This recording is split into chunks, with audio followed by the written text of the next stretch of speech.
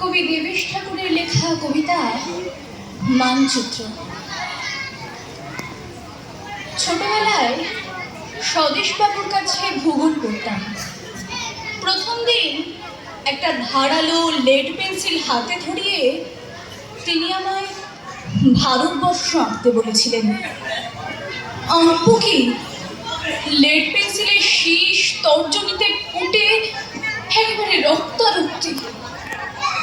সেই থেকে ভূগোলে আমার ভীষণ ভয়, আরো ভয় মানচিত্রে। মানচিত্র মানেই আমার কাছে ধারালো লেড পেন্সিল।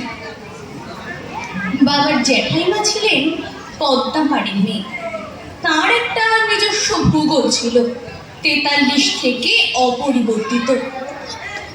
তখন মানচিত্র বুঝি না মনি, রংপুর কুষ্টিয়ারে তোরা কইস বিদ্যাস, আমাকে বাপের বাড়ি বিদ্যাস হয় কেমনে? ঠাকুমার কাছে চোখ বুজে শুয়ে আব্বাসুদ্দিনের সেই আশ্চর্য পাখির গল্প শুনতাম।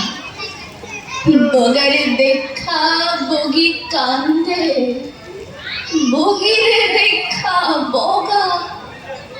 আয় পাখি, আমরা দুজনে গলা পড়াপড়ি করে কাঁদিল নীরবে। ঠাকুমা শুনিয়ে যেতেন নির্মলেন্দু সেই চাঁদ বদনী মেয়ে, দুলুক ঝুলুক নুপুরের গান। সোহাগ চাঁদ বদনী ধ্বনি, নাচো তো দেখি। স্বপ্নে খুঁজে বেড়াতাম সেই পশুকে, বাড়ির পাশে আশিনগরে যা পশু। স্বদেশবাবু আমার ভূগোল শিক্ষক। তিনি শিখিয়েছিলেন সূক্ষ্ম ধারালো লেড পেন্সিল দিয়ে ভারতবর্ষ আঁকতে। পেন্সিল যত ধারালো হবে, মানচিত্র হবে তত সূক্ষ্ম। ধীরে ধীরে আমরা লালন, আব্বাসুদ্দিন, নির্মলেন্দুর বুকের উপর দিয়ে সুদীর্ঘ রেখা টানতে শিখলাম। বড়ে গোলাম আলী, নসরত ফতেহ আলী খানের হৃৎপিণ্ডের পাশ দিয়ে আরেকটা রেখা। আমরা এখন স্বদেশ আঁকতে শিখে গেছি। আফগানিস্তানের মেয়ে ছিলেন গান্ধারী। আজ পাখতুন, উজবেক, বালুচদের চোখে গান্ধারীর পট্টি বাঁধা। সার্বিয়া, বসনিয়া এখন কাদের দেশ? স্বদেশ স্যার। গান্ধীজির ঘরের দাওয়ায় কারা গাইছে আজ রামধুন? গোধরা, আমেদাবাদ, গুজরাট কি আরেকটা ভারত?